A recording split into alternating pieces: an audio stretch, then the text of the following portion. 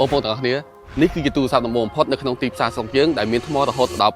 8500 មីលីអាំពែម៉ោងជាមួយនឹងតួខ្លួនធន់រឹងមាំមានរូបរាងប្រណិតស្តៀងទៅនឹងតកូ flagship ហើយអេក្រង់ភ្លឺថ្លានិងមានគែមស្ដើងល្អទៀតហើយនេះគឺជា Huawei Nova 15 Max ថ្ងៃមុនខ្ញុំបានសាកល្បងយកទូរស័ព្ទមួយនេះទៅដាក់ចោលក្នុងទូទឹកកកហើយបើកអេក្រង់ភ្លឺ 50% និងចាក់វីដេអូចោលមកយប់តោភ្លឺរយៈពេលប្រហែលជា10ម៉ោងឃើញថា Nova 15 Max នេះនៅតែដំណើរការល្អធម្មតានៅក្នុងសីតុណ្ហភាពក្រោម0អង្សាហើយស្រកថ្មពី 100% មកនៅសល់ត្រឹម 56% សម្រាប់កម្រិតថ្មប៉ុណ្នេះបើសិនជាបងប្អូនជាអ្នកដែលធ្វើដំណើរផ្សងព្រេងទៅកន្លែងដែលអត់មានអគ្គិសនីឬក៏បងប្អូនធ្វើការងារប្រចាំថ្ងៃប្រឈមជាមួយនឹងការប្រើប្រាស់ទូរស័ព្ទច្រើន Nova 15 Max នេះអាចដោះស្រាយបញ្ហារបស់បងប្អូនបានដោយមិនចាំបាច់ខ្វល់ខ្វាយពីរឿងយក power bank តាមខ្លួននោះទេប៉ុន្តែទន្ទឹមគ្នានឹងថ្មដ៏ធំទូរស័ព្ទនេះនៅតែរក្សាកម្រាស់ត្រឹមតែ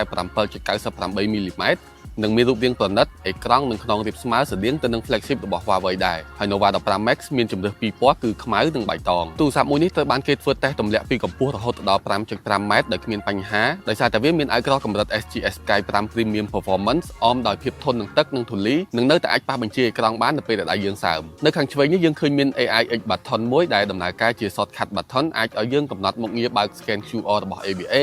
ឬក៏បើកកម្មវិធីដែលយើងអាសាប្រើញឹកញាប់ក៏បានដូចជាកម្មវិធី Google App ទាំងអស់ដែលយើងបាន download ចេញពី App Gallery ឬក៏កម្មវិធីសំខាន់ៗនៅក្នុងស្រុកយើងជាដើមងាកមកផ្នែកអេក្រង់យើងទទួលបានទំហំ 6.84 អ៊ីងជាប្រភេទ Vivid OLED ដែលមាន resolution 2756 គុណនឹង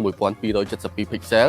refresh rate 120Hz ដែលអាចបង្ហាញពន្លឺបានខ្ពស់បំផុត 4000 nit និងមាន គែម bezel ស្ដើងត្រឹមតែ 1.5 មីលីម៉ែត្រស្អាតស្មើគ្នាទាំង4ជ្រុងតែម្ដងអេក្រង់នេះអាចឲ្យបងប្អូនកម្សាន្តបានយ៉ាងត្រជាក់ភ្នែកនិងប្រើប្រាស់បានច្បាស់ទោះជាយើងប្រើនៅក្រៅផ្ទះក៏ដោយហើយការកម្សាន្តជាមួយអេក្រង់ល្អនេះក៏អមជាមួយនឹង stereo speaker ដែលអាចបញ្ចេញសំឡេងបានខ្ពស់រហូតដល់ 84 decibel និងធាក់បាសបានល្អថែមទៀត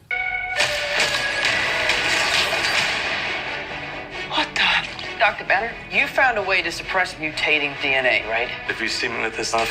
run.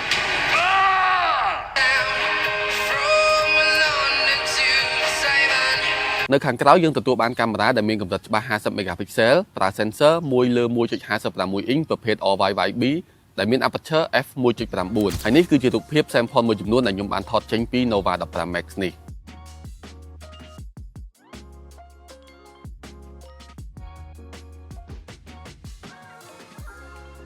ដូច្នេះសម្រាប់បងប្អូនដែលមានតម្រូវការប្រើប្រាស់ទូរស័ព្ទប្រចាំថ្ងៃច្រើនមិនថាការកម្សាន្តឬក៏ការងារនោះទេឬក៏បងប្អូនអាសាចូលព្រៃបោះតង់ហើយយើងអត់ចង់យក power bank តាមខ្លួន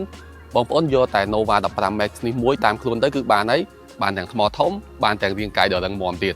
អញ្ចឹងចំពោះវីដេអូថ្ងៃនេះគឺមានតែប៉ុណ្្នឹងទេហើយបងប្អូនទាំងអស់គ្នាយល់យ៉ាងណាចំពោះ Huawei Nova 15 Max មួយនេះសូមចែករំលែកមតិយោបល់របស់បងប្អូននៅក្នុង comment ខាងក្រោមមកខ្ញុំបាននឹងផងហើយយើងនឹងជួបគ្នាវីដេអូក្រោយបាយបាយ